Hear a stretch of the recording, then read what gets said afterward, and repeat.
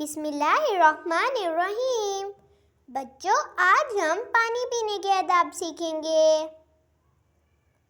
पानी पीने के आदाब। पानी पीने की 6 सुन्नतें कौन सी हैं? बच्चों, क्या आप पानी पीने की 6 सुन्नतें जानते हैं? अगर जानते हैं तो बहुत अच्छी बात है, लेकिन अगर नहीं जानते तो मैं आपको सिखा दूंगी। तो चलें फिर सीखते हैं। पानी पीने के आदाब। पानी पीने से पहले दुआ पढ़ें। पानी बैठकर पीना चाहिए। बर्तन दाएं हाथ से पकड़ना चाहिए। पानी को देखकर पीना चाहिए। पानी को 3 वक्फों में पीना चाहिए।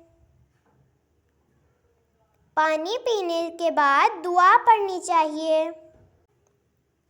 तो बच्चों, आप सब भी पानी पीने के आदाब सीखें और उन पर अमल करें और दूसरों को भी सिखाएं।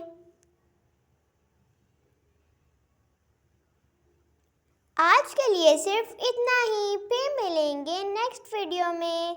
तब तक के लिए अल्लाह हाफिज़।